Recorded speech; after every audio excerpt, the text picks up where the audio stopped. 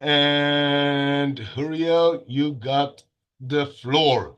Thank you so much. Thank you very much, Sneer. Thank you for having me here for this amazing conference. So thank you everyone joining us today. We're going to talk about like practical demos and the AI world. And basically, I want to tell that one thing that Sneer told. He told a lot of very good things, and like he had a good point. One of the good points he had is like the fact that organizations incorporating AI in such a open way without the ability or without the knowledge to question AI and to see what kind of problems it can have is like, it's like buying a car and expecting it to be 100% fine. So in order to really incorporate stuff like this, especially new technologies, new things, you need to like understand what are the risks. Okay, so my goal in this and our goal in this presentation is to provide you with not only practical demos, but also the way of thinking and the approach of how to question stuff like this. Not only AI, but everything. Okay, so I'll share my screen. Um, and let me just full screen. Can you see my screen? Yes. Amazing. Okay, so Yes, we can. um, But two words, please, my friend. Two words yes, about TrainSec. People don't know who you are. I want you to introduce yourself yeah, properly. yeah, I will right now. I don't like to talk too much about myself, but yeah, I will talk about myself also and about TrainSec. So the name of the presentation is Back to the Future of the Cyber Landscape. Okay. So about myself, my name is Uriel Kosaev. I'm a security researcher and a red teamer. Uh, I'm a practitioner that provides and teaching practical knowledge and solutions to organizations and to individuals. I'm also the author of the Antivirus Bypass Techniques book, a book that actually teach you how to bypass and evade EDR and antivirus mechanisms, whether it's static, dynamic, heuristic engines, AI, and stuff like this. And of course, with the proliferation of AI today, it's actually much easier. Also, the founder of TrainSec Academy, which is a cybersecurity academy that provides on-demand courses on malware analysis, reverse engineering, incident response, Windows internals, hardware hacking, which, by the way, we are the only ones in the world that has an actual full-fledged hardware hacking course. So yeah, let's begin. Of course, if you want to connect, I will have all of my details in the end of the presentation. And another thing, just for you, stay with us till the end because we will send you a code coupon to our courses in TrainSec, so don't miss it. And it's only for the 50 individuals here. Okay, so let's begin. I believe, and thus I know, to be successful in cybersecurity or in anything in life in general, you must see the repeated patterns in all things. So we see the repeated patterns of many things. One of those things is that, as Nir actually mentioned it, that something new or a new technology is released to the world, it's been adopted without too much of a questioning, without too much of a consideration, and without too much thinking behind it. Like, why do we want to use AI? We know we want to make our business better. We want to scale up things, whether it's business, whether it's like replacing employees and reducing costs and everything. It's fine. But you cannot take a security system like an EDR or a firewall or even an AI system like ChatGPT, LLM based, and so on, and expect it to be 100% secure and so on. So one of the most important things for us as human beings, and especially as cybersecurity professionals, is the ability to question things and to see the repeated patterns, and in that way, somehow predict possible risks. As King Solomon said, what will be, what was will be, uh, and basically what will be done and will be done again. And there is nothing new under the sun. So yeah, that's it. So King Solomon basically is a very wise person. He was the king of Israel. He knew what he said. Okay, he saw everything, he knew everything. But okay, so what we can do about it? What we can learn from it? So let's take a step back and let's start from the beginning. What is cyber? Some of you maybe are cybersecurity practitioners, some of you maybe not. But in the end of the day, a lot of people that I know that even 20 years in the cybersecurity field, and you ask them, what is cyber? What is the simple, straightforward definition of cyber? Not even cybersecurity. What is cyber? So let's define it. The surface normal point of view that any kind of a human being will see cyber. When you tell him what is cyber, he will see something like that, like a global interconnected world with all kind of device like mobile phones and critical infrastructure and computers and servers, webcams, DVRs, routers, switches, and so on and so on. So this is a normal way to view our world of or to view cyber in general. But let's define it from the attacker's point of view. How an attacker actually sees cyber in general. This is what he sees: a mumbo jumbo, full-blown mess. This is it. And from and such a person, such a hacker can exploit and leverage the fact that it is such a big mess technologically that he can basically get inside any company, any organization that he targets. So if we go back in history, there is a one very big repeated pattern out there that in the beginning of developing our technologies, the computers, the CPUs, the operating systems, whether it's Windows, Mac OS, Linux, the mobiles of Android, and so on, most of them were in their fundamental level were developed insecurely. And by the time they got and understood that, yeah, we have viruses, we have malware, we have Trojans, we have ransomware, we have vulnerabilities in the code that can be exploited. And it took a lot of time to actually, keep up with the pace. And still, the attackers, and it's like a natural rule. It's even an axiom that the attackers, the offensive side, will have the upper hand. And that's it. This is the reality of things. And AI, with the proliferation of AI now all around the world, we have a big problem. Now, take this with the ability and the visibility that the attackers have.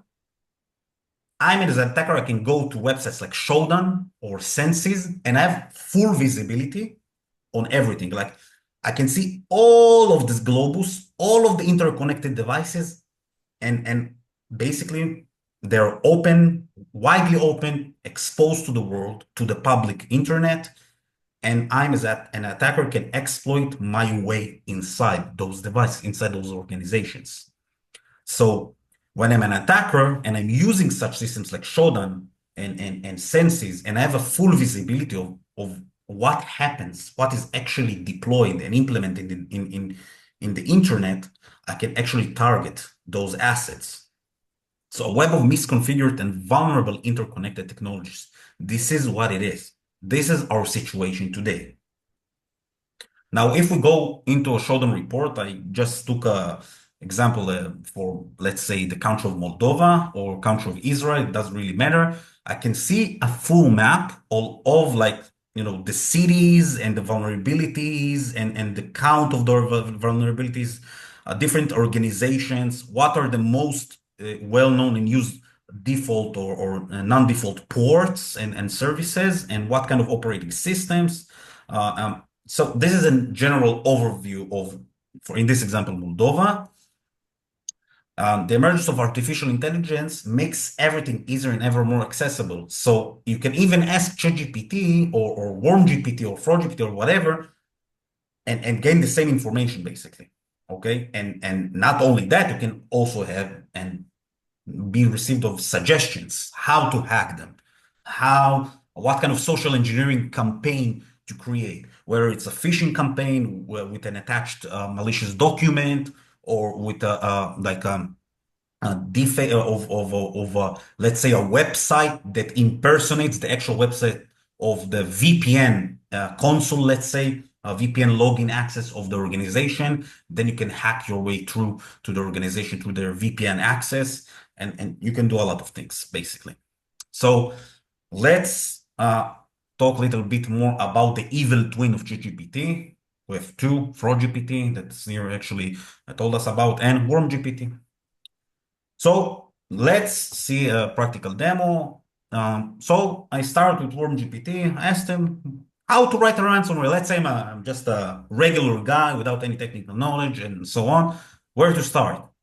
And it actually tells you, okay, to create a ransomware, you need to follow the steps. You need to choose a target, prepare the payload or the malicious executable, or whatever it will be, set the backend infrastructure that will actually support the payload and the initial access in order to exploit my way into those targeted organizations, and so on. Okay, so now, of course, I need to monitor the progress and everything. So it written very professionally, very straightforward. And he even suggested me to use like tools like Metasploit, Cobalt Strike, Black Mamba, Evil Wonder, and other red teaming or let's say exploitation or malware generation tools. And not only that, I actually asked him, okay, so create for me a POC or like a actual C++ code to actually that will implement an actual ransomware that goes and encrypts files and of course asks for a ransom. So you can see a part of a code snippet of such code. And yeah, so this is what it is. Even today, I can go to just ChatGPT and I can find many ways to bypass its boundaries, let's say, for him to write me the code. Now, if I'm a very minimum knowledge technical guy, I like can say, okay, don't write me a ransomware. Just, you know what? Write me a specific function for encryption.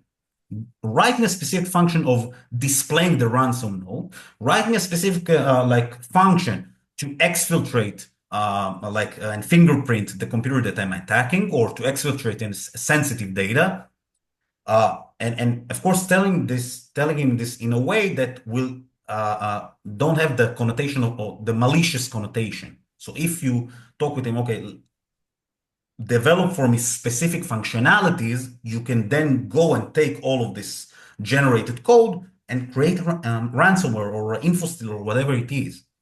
Okay, so you don't really need WormGPT or FraudGPT. You can just use ChatGPT, but in a way that it will not will not be with the connotation of malicious. Okay, so attackers have all they need, even before AI, but now with AI, let's pray to God that will be okay. So visibility plus intent. The attacker has intent, has its time, has its resources, its money, and whatever.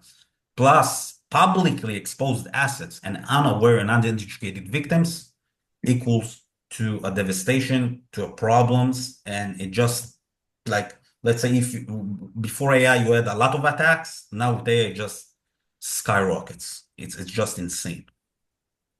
In other words, it is the same bad situation we have been in the past that now with AI makes everything worse, and not only worse, but it makes everything harder for the blue teamers and for the defenders to actually mitigate. Like everything goes so fast, and you have a lot of logs and events to go through, and you need to create detection rules. And by the way, you can use ChatGPT to create detection rules, but then again, you need to teach him how to do it because it doesn't really do it the best. And you have false positives, and it's just sometimes it's impossible. It really depends on the how big the organization, what kind of security systems you have, what kind of monitoring you have, monitoring capabilities, EDR, SIEM, what is your data retention policy, and a lot of other considerations you need to take into account. So, uh, so the first demo, it was with AI. Now let's do a more practical demo. Let's say I asked ChatGPT, he actually suggests me to use Shodan to find like an interesting target in some specific country and to do what I will show you now. So now we'll use here Shodan to actually find vulnerable targets, and I will actually exploit a vulnerability to gain initial access to one of those targets. Of course, the actual exploitation, I didn't really do it on the specific server that I found because it's illegal, but I took the same vulnerability, deployed it in my own local virtual machine, and of course exploited it there. So again, we're going with the law, okay? We're white hats. So here I search for country Moldova, and of course I'm hiding some details here so you cannot see the actual IPs and stuff like this. Of course you can search it for yourself, but whatever. Here I'm actually showing you that I have access to webcams and RDP servers. Like everything is wide open. You can go and do it for yourself. It's not like rocket science or something, okay? Which makes it more awful. And okay, so basically I found a vulnerable server with open ports, with an open FTP port. And it's a vulnerability which is called a very well-known vulnerability, kind of old, and still today has like a lot. You have a lot of servers around the world that you can find an exploit. So basically, I found the server, and now I want to actually go and exploit this vulnerability. So I'm using here an already deployed exploit in Metasploit. So I will do that.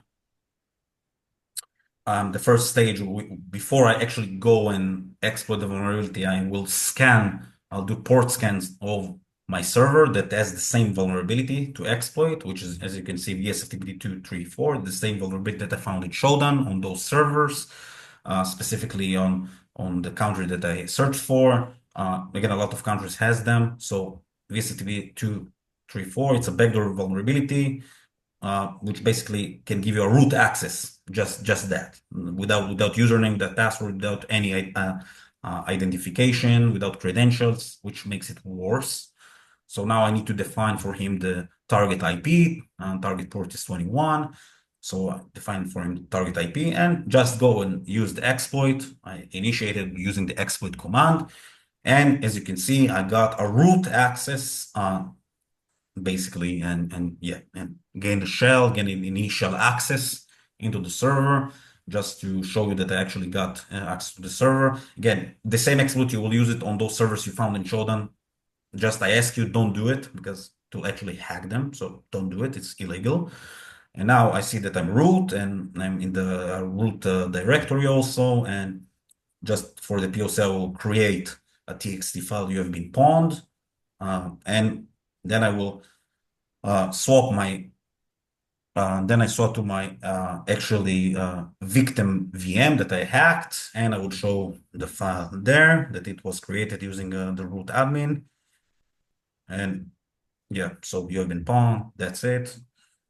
So you take this visibility, you take this such exploits, such organizations with such vulnerabilities, and you put AI and you create phishing campaigns and you create malware, and it's just a big mess. Okay, so let's continue with some ground solutions. Okay, it's very, very important to go through them. So we are not prophets. I'm not a prophet for sure, and thus cannot predict the future.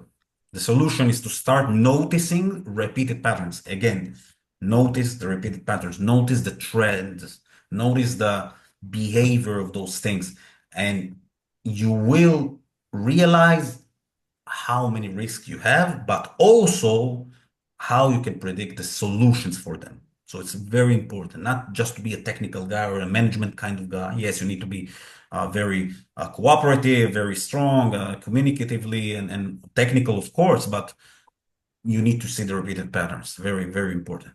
So be smart. Closed mindset leads to bad security. It's a fact, with AI or without AI. Solution is to change your mindset, to adapt to new changes, to apply better security. You need to always think outside the box. You need to see the trends. You need to think, okay, so we have a problem. Nice. Okay, but how can I provide a solution. And again, solution can differ between different organizations, different business, whether it's a small business, medium business, an enterprise. It really depends. To buy a security solution without testing it is like buying a car without test, which basically is what happens all around the world. Organizations go and they just buy the most maybe cheapest tool or with the best deal, but they don't really go and evaluate those tools. They don't go and compare them with other tools. So it's like, just like buying a car without like, okay, understand what its pros and cons, what's the good side of this car and the bad thing.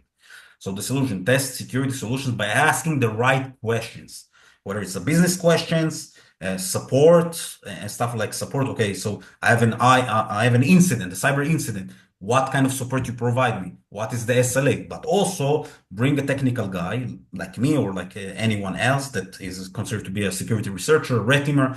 I personally wrote a book about antivirus and EDRs called Antivirus Bypass Techniques.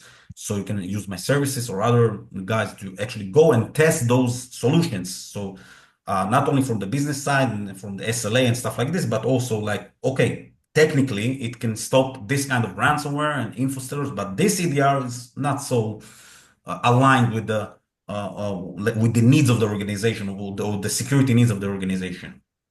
Okay, so test security solutions by asking the right questions and practically validate them. Practically validate them. This is my emphasis here. Security solutions are not a magic wand to solve your problems. They just not. They just tools. Okay, you can't say like a hammer is my solution. A hammer can help you to like put a nice picture on the wall, or it can kill someone. But it's a tool, yeah. Solutions start applying security with what you already have. So basically, you don't always need to go and put a lot of money and millions of dollars and thousands of dollars in a security solution. You just go and do some hardening procedures, strengthening your passwords, using 2FA, stuff like this. Basic stuff. I see a lot of organizations use like very high priced products with, and yeah, in the end of the day, they don't do the basic stuff like 2FA and session revocation and stuff like this. Um, Lack of awareness can be more dangerous than misconfigured and vulnerable systems. It's a fact. Most of the initial access today, most of the way that attackers gain access to those organizations, their first foothold is phishing. Phishing, social engineering, whether it's physical or remotely. Sneer provide amazing examples for me personally. I'm as a red teamer. I also with my friend. We also did a very similar campaign. We sent a meeting in Teams, and we then send a CV to the person. He double clicked on it. It was a Excel. It was a Word document with a VBA macro. The EDR didn't really detect it because we actually made sure that the EDR will not detect it. We implement some bypass techniques, and we gain access to his computer, and there it was game over. We actually got access to their bank accounts with tens of millions of dollars. Amazing. Solution: learn and teach to become and make others more aware. Awareness is 50% of the solution, not only in cybersecurity, but in every aspect of our lives. Awareness. Don't be a robot. Be a human being. Yeah, that's it. So the last things that I want to say is that for the first 50 subscribers, you have 20% of TrainSec Academy course using the following coupon. So just Cyber 20, okay, Cyber 2.0, excuse me. And if you have some financial problems, stuff like this, for more discounts, just contact us info@trainsec.net. We will try to make it more affordable for you. No problem. Okay, so take this Cyber 2.0. Take this, and of course, you can contact me. You can scan the QR code here. Again, I really Thank you. appreciate you having me here. Thank you very much, and have a great day, a great weekend. Thank you, dear. Well, you make it look like it's